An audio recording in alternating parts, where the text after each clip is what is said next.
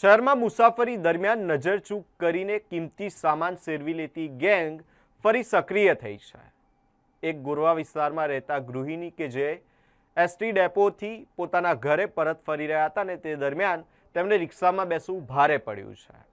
એક ગેંગ કે જેને નજર ચૂકવી સોનાની ચેઇન અને રોકડ રકમ સેરવીને ફરાર થઈ ગઈ।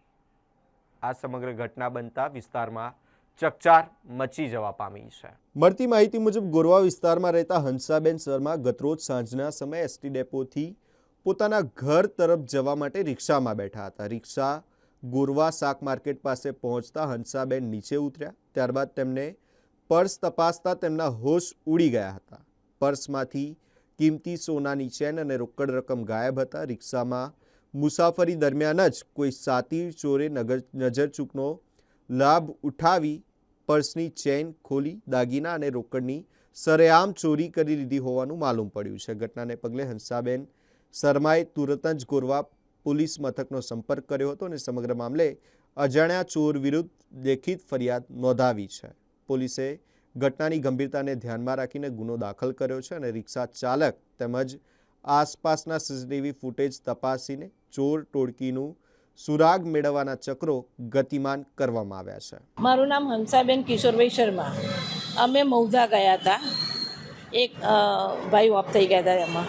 પછી અમે બીજે દિવસે પાછા આવ્યા ત્યારથી અમે પછી ત્યાં મૌધાથી બસમાં બેઠા અને વડોદરા સ્ટેશને ઉતર્યા અને પછી અમે રિક્ષામાં બેઠા તો 2 જણ બીજા હતા અને 2 બહેનો અમે હતા। પછી અમે અહીંયા ગોરવા ઉતર્યા ગેટ આગળ અને પેલી 2 બહેનો ત્યાં કે અમારે ત્યાં સહયોગ ઉતરવાનું છે કે એટલે અમે 2 બહેનો ઉતરી ગયા અહીંયા રિક્ષામાં 2 બહેનો રિક્ષા હા અમારી જોડે। કઈ આગળ તમને ખબર પડી, કેવી રીતના ખબર પડી? પછી હું ઘરે ગઈ ને એટલે મેં થેલો જોયું તો કશું જ નહોતું, પાકીટ નહોતું મારી પાસે। શું હતું પાકીટમાં? ચેન હતી 2.5 તોલાની ને પૈસા 2-3 હજાર રૂપિયા હતા। અત્યારે કઈ આવ્યા છો તમે? અત્યારે મારા ઘરથી જ આવી। અચ્છા, ગોરવા પોલીસ સ્ટેશન? હા, અહીંયા જાય। અચ્છા, ફરિયાદ નોંધાવી? હા, કાલની નોંધાવી દીધી છે। શું નામ? એ 5-5:30નો બનાવ અહીં બન્યો છે। કઈ આગળ? અહીંયા જ બન્યું? હા, શાક માર્કેટ એ અમે અહીં ઉતર્યા, એ આમ ગયા રિક્ષામાં 2 જણ। એટલે પછી મને કંઈ ખ્યાલ આવ્યું નહીં કે ઘરે જઈને જોયું ત્યારે તો થેલામાં નહોતું। પેસેન્જરની જેમ જ બેઠા? અને એ હા, અને એ નીચે નમીને કશું કરતા હતા એટલે મને ડાઉટ એમની ઉપર છે। મારો થેલો પગ આગળ હતો। જી